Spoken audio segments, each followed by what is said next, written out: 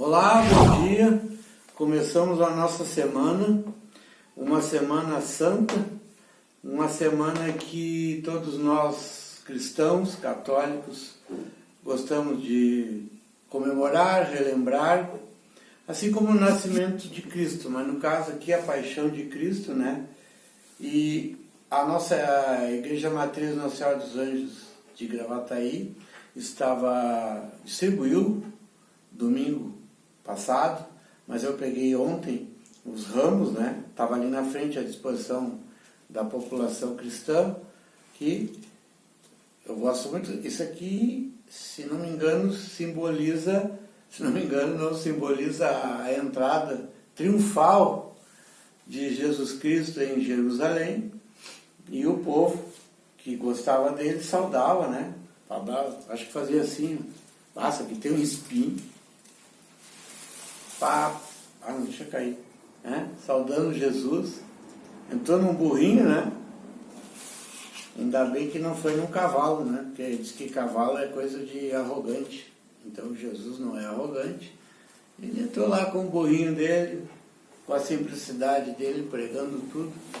Aqui a Oliva, Jesus tinha 12 anos quando começou a discutir lá com os sacerdotes, né, daquela época, e inclusive ele se perdeu dos pais, uma história assim, os pais se perderam dele, foram procurar e estava lá, discutindo, dizendo as coisas dele para alguns sacerdotes, e começou ali a não agradar muita gente, já desde novinho, né.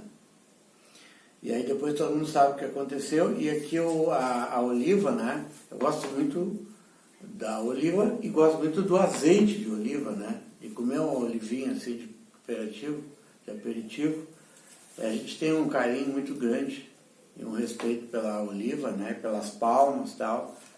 Desde criança, a mãe da gente, quando ia dar temporal, não sei se vocês se lembram disso, queimava uma coisa assim, um espelho, não, sei lá. Tinha nossas crenças, nossas crenças. Mas Jesus, aliás, sexta-feira eu estou bolando aí, domingo é Páscoa, né? Sexta-feira eu estou bolando fazer um especial com alguns videozinhos da paixão de Cristo, né? Desde o julgamento dele, aquele julgamento falso, cínico, parece o STF até, aquela gente lá que se juntou, não tinham prova, não tinham testemunha, não convocaram Cristo em um tempo hábil, até naquele tempo tinha, né? Tinha as leis daquele tempo, há muitos anos já existiam leis, quando Cristo foi julgado e crucificado, né? Então o negócio deles era matar Cristo mesmo, não havia Cristo que salvasse Cristo daquela crucificação, e fizeram um julgamento ali naquela praça, meio nos prédios velhos ali, juntaram alguns deles mesmo ali, e quem entregou Jesus, inclusive, Jesus estava lá Getsemane, era a cidade que ele estava, também conhecido por Jardim das Oliveiras, lá, os apóstolos, e o cínico do Judas Iscariotes, que convivia com ele igual todos conviviam, mas nunca se convenceu. Judas Iscariotes nunca se convenceu que Jesus era filho de Deus, o Messias, que veio para nos salvar. Ele nunca gostou dessa história. Até hoje tem gente dentro da própria igreja católica, inclusive bispo, inclusive alguns papas, que divergem que ele é o filho de Deus, o Messias, o Salvador. Eles dizem que ele é um profeta, simplesmente, como tem outros profetas, alguma parte da Igreja Católica, que está inclusive agindo até hoje.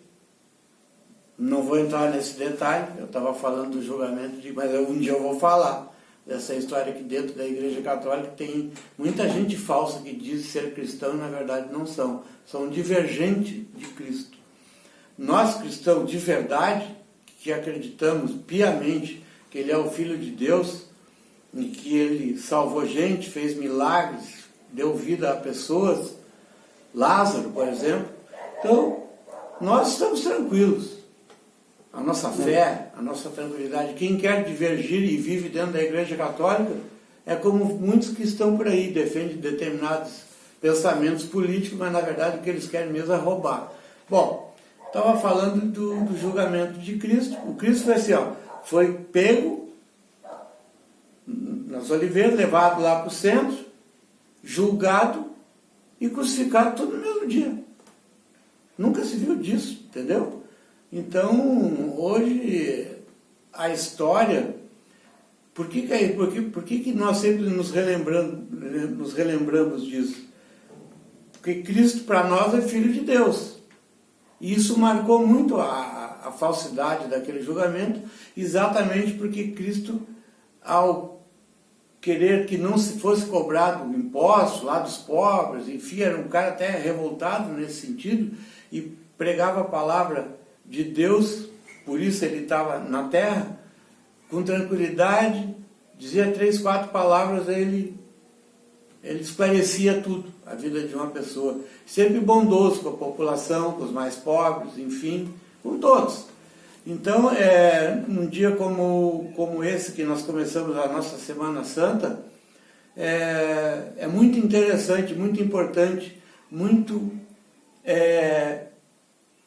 como é que eu vou dizer assim, legal para a nossa alma e também para o nosso corpo, referenciar naquilo que nós acreditamos desde criança. Nossos pais acreditaram, mas hoje eu, por exemplo, não é uma crença de como eu acreditava quando era criança e adolescente. Ah, minha mãe acredita. Não, eu fui estudar e fui ver por que aquela gente toda assassinou, julgou Cristo daquele jeito, exatamente porque ele era uma pessoa do bem.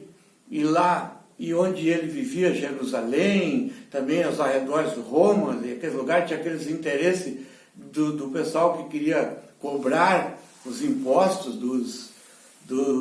da população, ficavam contrariados.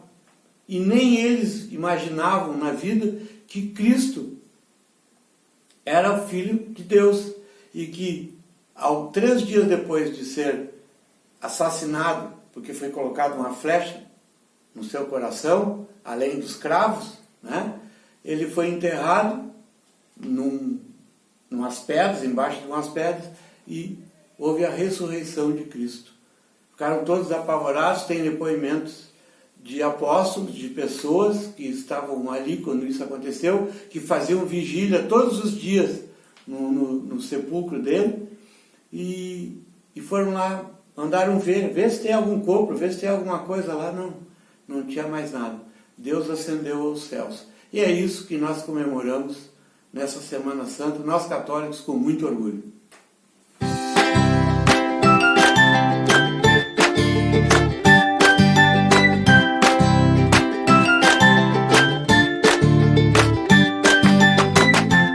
Então, passando de Jerusalém para Roma, uma notícia atual que o Papa Francisco, ele cortou ontem os salários de muitos dirigentes da igreja lá no Vaticano, quem trabalha lá no Vaticano.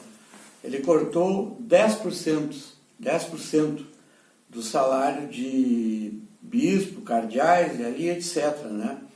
E que eles estavam ganhando mais ou menos em torno hoje 4.000 a 5.000 euros, ganha um cardeal desse aí, né? 4.000, 5.000 euros dá uns 26 mil por aí mais ou menos, né? É um bom salário, né? Tudo de graça lá e tal, mas enfim. Então, o Papa falou que não quer demitir ninguém do escalão mais baixo, né? E para não demitir ninguém dos funcionários do Vaticano, ele fez esse corte aí, meio linear para todo mundo, e porque o Vaticano teve um prejuízo durante a pandemia, desse 1 ano e pouco de pandemia, né? Ou 1 ano, não, 1 ano e pouquinho já, teve um prejuízo de 600 milhões de dólares o Vaticano, e o pessoal, como todo mundo no mundo, sentiu, a não ser a China, o único lugar que ganhou dinheiro no mundo, o Vaticano fez um corte linear de 10% do salário dos funcionários mais graduados. Bom, Vamos aqui para a nossa nossa realidade, as vacinas. Gravataí está ficando adiantado nas vacinas, hein? Em relação aí a Grande Porto Alegre, olha só. Terça-feira, hoje, dia 30, a partir de 68 anos. Quarta-feira, dia 31, a partir de 67. Né? Muito bom isso aí. Parabéns aí para a estrutura de atendimento à Covid, aí, secretaria e o vice-prefeito, o próprio prefeito, que Zafalon está acompanhando. Até ontem me mandaram uma foto, ele acompanhando ali as vacinas, está ficando mais participativo, Zafalon mais comunicativo, e é isso aí mesmo, certo? O prefeito da cidade é o líder, né? A gente espera dele essas atitudes mesmo, e quando precisar ele tem que estar à frente, dando seu depoimento, usa bastante Facebook, usa o Instagram, usa a imprensa, a mídia. Eu tenho certeza que a mídia sempre vai estar a seu lado, pelo menos a nossa aqui particularmente, para as coisas boas. E sobre o negócio do Instituto Geral de Perícia, ainda quero fazer um cumprimento.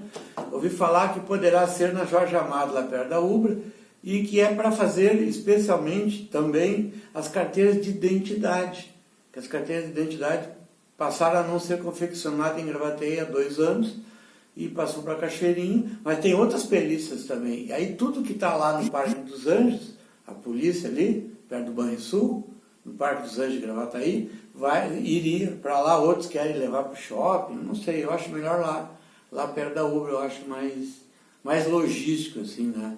Até porque o shopping, não sei até quando vai, enfim, sei lá, tá? E ali, eu acho legal ali a logística daquele lugar ali, tem a 118 e tal, bem logístico.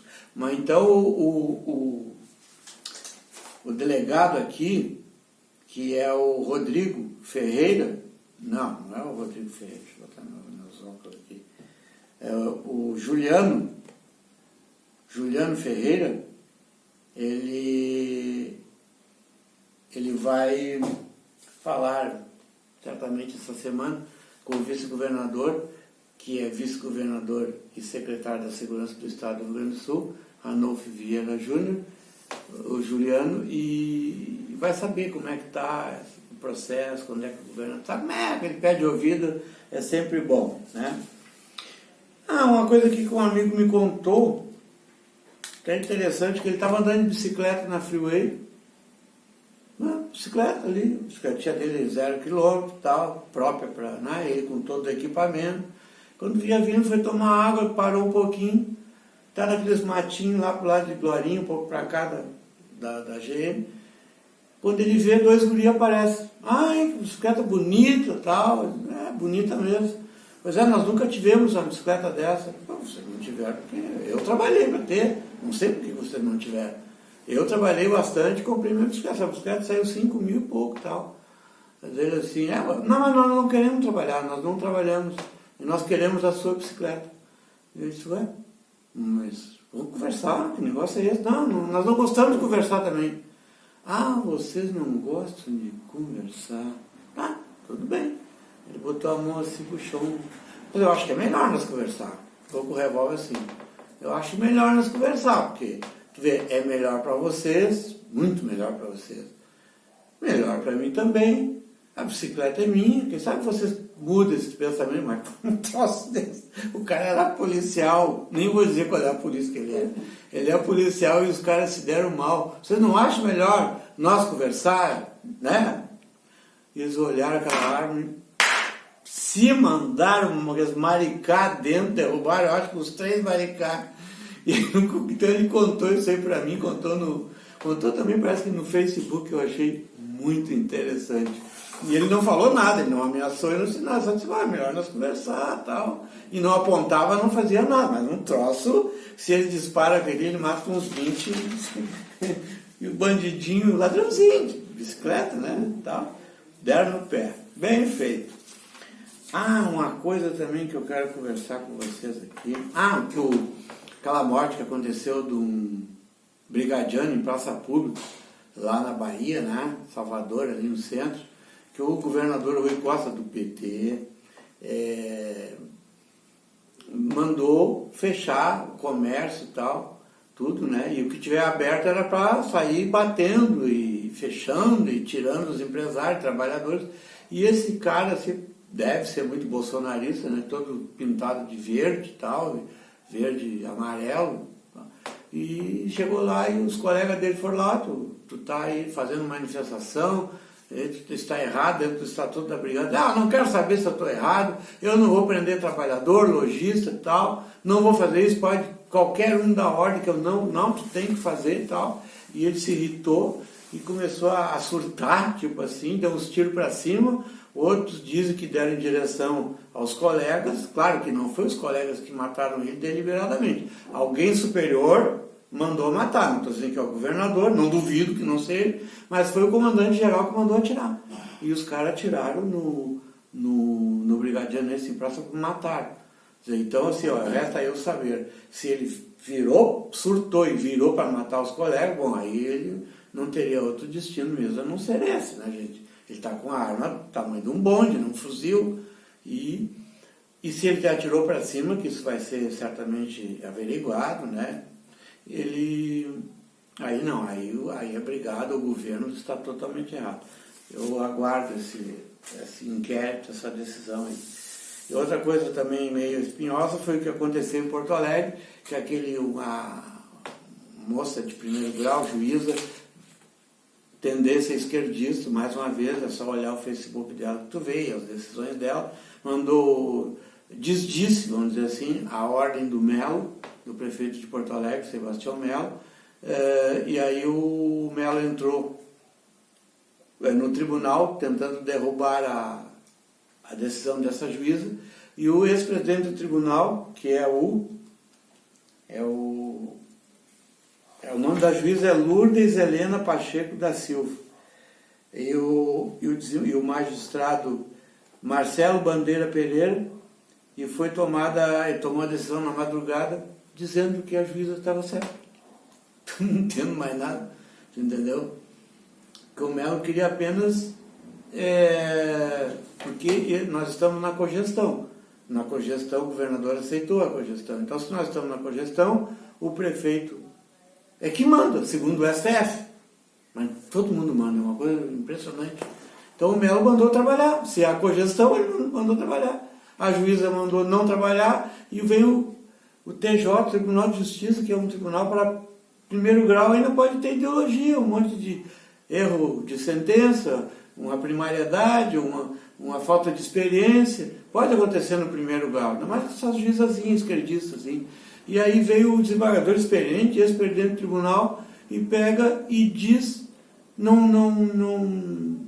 corta a decisão da juíza e diz assim, pois é, nós não temos esclarecimento, se eu tenho o que ele disse aqui, salientou o desembargador, descabe ao poder, disse o desembargador Bandeira Pereira, descabe ao Poder Judiciário externar juízo acerca da adequação de medidas levadas ao cabo pelos entes públicos em ambas as searas, controle de pandemia e economia, uma vez que não possui expertise necessária.